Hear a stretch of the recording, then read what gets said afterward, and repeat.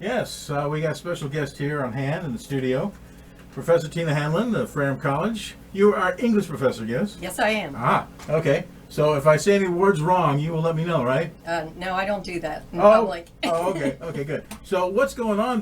Because I understand there's a lot going on this weekend at Ferrum College. Yes, it's quite an incredible weekend in Ferrum. I'm here to represent the theater department. Aha. I do some work with them behind the scenes, and they have very Do exciting they know things. about it because you're not in the theater department, right? Right. Okay. I'm not in the theater department, Okay. but I've been helping them for many years with research and editing scripts and just doing all kinds of things, mostly behind the scenes. Okay, so we And- got what's going on? We got a play, we've got a reception, we've got an archive going on, and Yes. and what is all this Yes. stuff? When does it start? What happens when and Okay. where? So we have a production of Treasure Island that's opening tonight, and it's tonight is a special night because high school kids can come for $1. Ooh. It's $1 for their tickets, and then it's on Friday, Saturday, Thursday, Friday, Saturday evening at 7 p.m. Mm-hmm. And then on Sunday there's a show at 2:30 p.m. Okay, so tell me about Treasure Island. I mean, Yes. we know about pirates and buried treasure and whatever. This is a little different, right? Right. Treasure Island is the classic novel, adventure novel with pirates and buried treasure and all kinds of intrigue. And it was by Robert Louis Stevenson, written in 1883. And as many people probably know, Rex Stevenson is a dramatist who's worked at Ferrum since 1973. Ooh. And he has written many plays, I think 20-some plays at least. And he, the first play that he wrote that was an adaptation of a classic novel like this was Treasure Island in 1994. Okay. And it was a production of the Summer Theater, the Dinner Theater at Ferrum in 1994.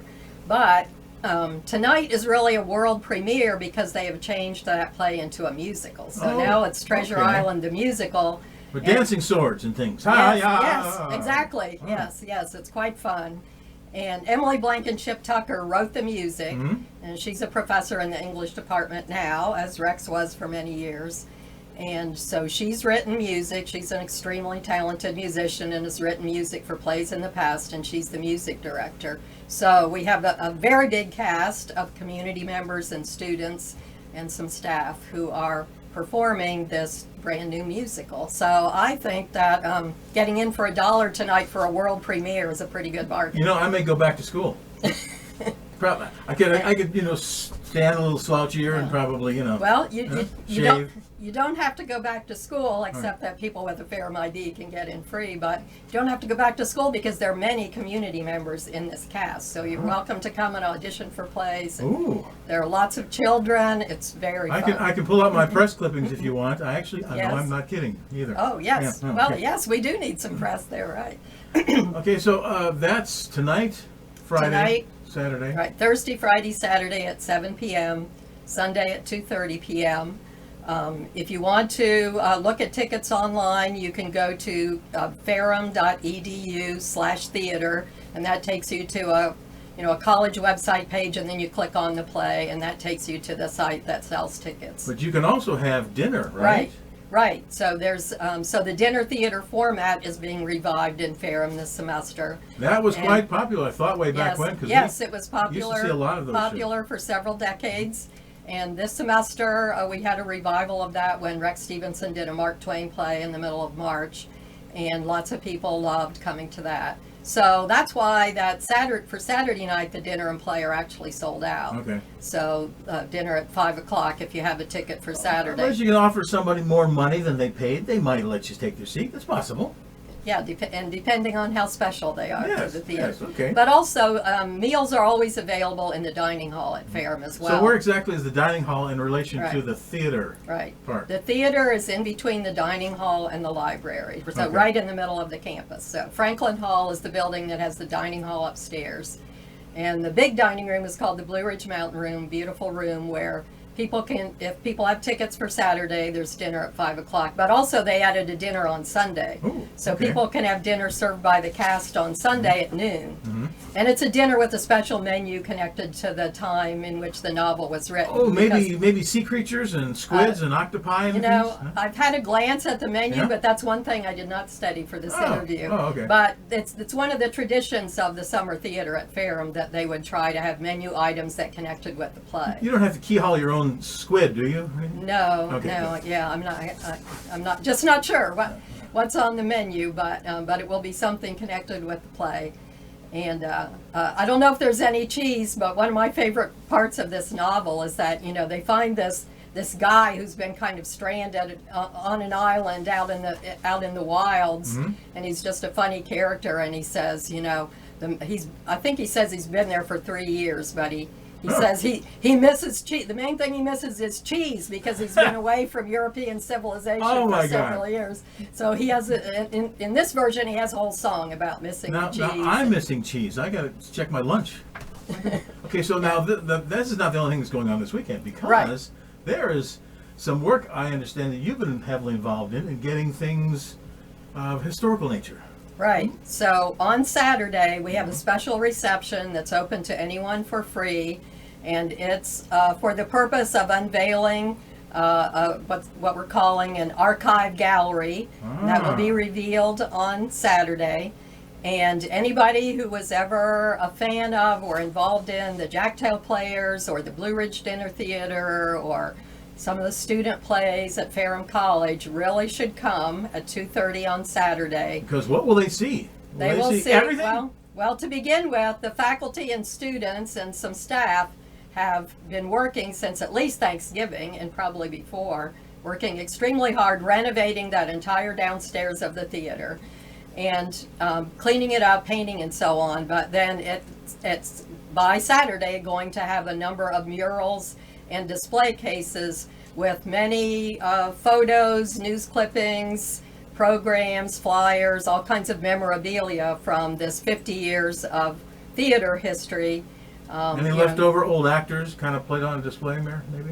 Well, there are many, many photos. Okay, just photos yeah, then. Okay. but some of the actors from the early days will come, I believe. Oh, good. So yes, I've met some of the people. I met at an earlier reunion, I met the person who was the first one to play Jack in the Jacktails when Oh, my Rex goodness. Stevenson started that in 1975. Wow. And one staff member at Ferrum, Mike Ferguson, was involved in some of that for a while in the early days, in the late 70s, I think it was for him. So the Jacktail Players are kind of reforming sort of in a way, aren't Yes. they? Well, the Jacktails, as adapted by Rex Stevenson, have been performed every year since 1975.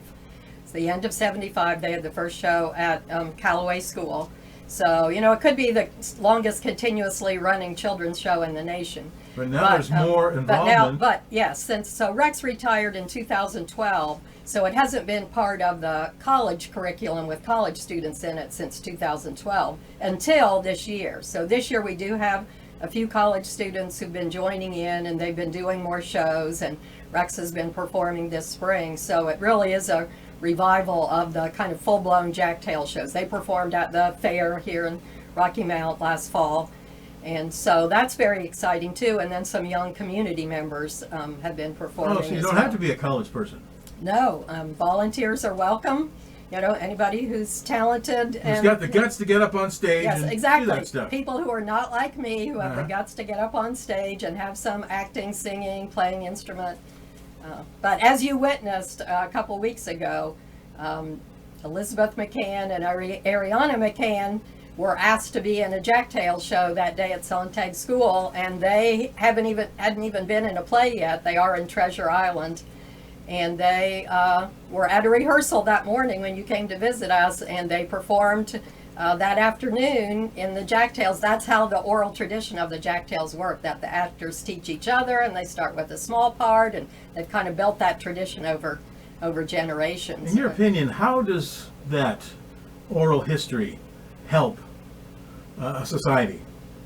Well, big question, I know, but Yeah, it's a big question, but it's an excellent question. That oral tradition of storytelling helps society because People enjoy tales. It's partly something that helps us enjoy and relax life. And, people used to do storytelling and singing while they were working. And there's that aspect of it. But it also helps people both laugh at human behavior and empathize with people. So, but for me, the strongest point of the Jack tales and other folk tales like that, and I'm especially interested in the ones with girls as heroes. It's not all about Jack, but for me, that type of tale where the hero overcomes giants or witches or mean Bad guys witches, or bad monsters, witches. There's good witches too. Right, bad witches. Exactly, you're absolutely right.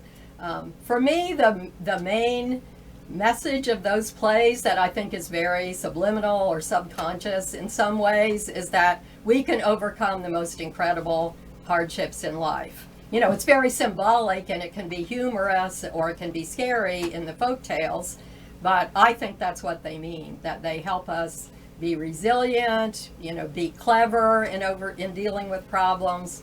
And I have felt myself, because I've seen the Jack Tale players perform these tales every year since the early 90s when I came here, and I've seen some of them over and over and over again. Well, why do we like those same stories over and over and over again? And when I've been in really hard times, I've thought, this is it. They help us believe that we can deal with hard times. I also think that they pass along our history.